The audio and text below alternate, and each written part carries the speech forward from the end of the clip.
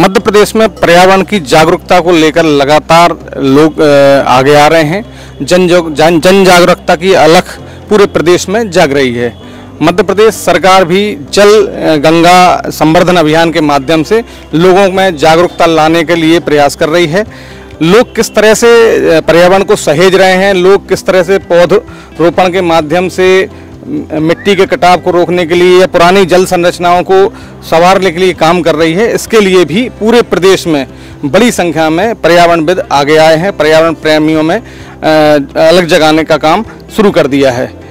हाल ही में मध्य प्रदेश सरकार ने भी लोगों में इस जागरूकता को देखते हुए जल गंगा संवर्धन अभियान के तहत खंडवा में 90 दिन का बड़ा कैंपेन चलाया था, जिसके माध्यम से अब कई जल संरचनाएं जो खराब हो चुकी थी, नष्ट हो चुकी थी, वह पुनः स्थापित हो गई हैं।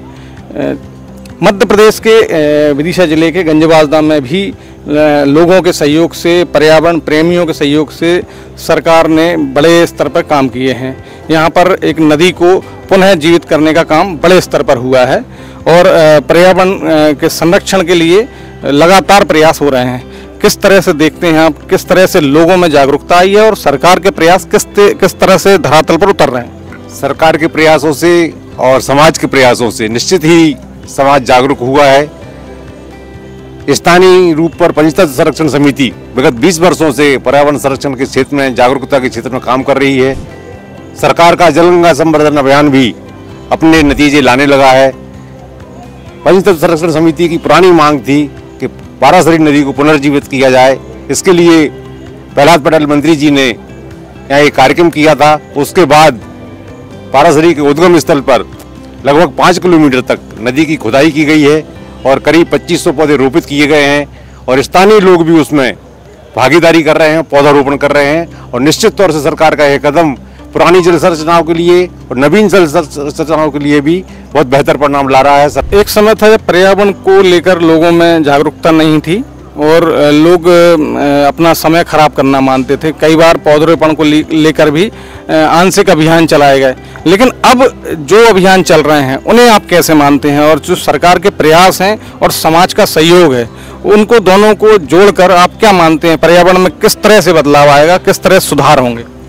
धीरे धीरे समाज में जागरूकता का रुख है, अपना रहे हैं। और बाकी का ये है कि जैसे अभी अपना पारासरी के उद्गम स्थल से कार्यक्रम शुरू हुआ तो वहाँ भी स्थानीय लोगों ने जो कहा है कि हम अपना मतलब विश्वास के साथ और अपने वो लेते हैं जिम्मेदारी कि उन पौधों को हम हमेशा जिंदा रखेंगे।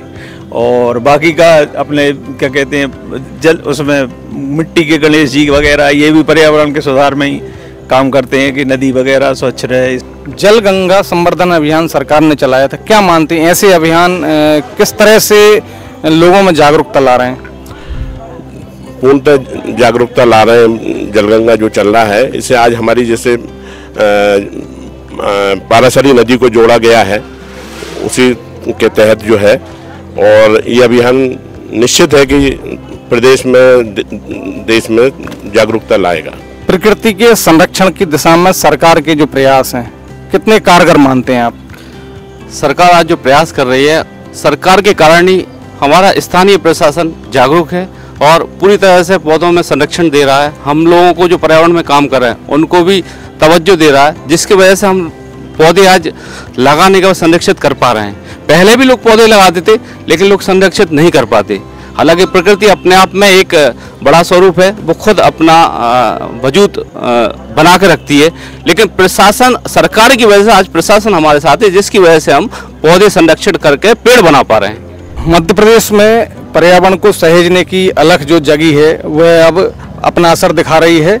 सरकार का जल गंगा संवर्धन अभियान भी जनता के सहयोग से लगातार आगे बढ़ रहा है। प्रदेश की प्रमुख नदियों को सहेजने की बात हो, चाहे तालाबों को, चाहे ग्रामीण जल संरचनाओं को, सरकार हर स्तर पर आगे मदद कर रही है और लोग भी इसमें आगे आ रहे हैं और अपना सहयोग दे रहे हैं। निश्चित ही इस प्रयास से प्रदेश के पर्यावरण में बड़ा सुधार होगा और प्रदेश इस पर्यावरण संरक्षण के नए आयाम गढ़ेगा।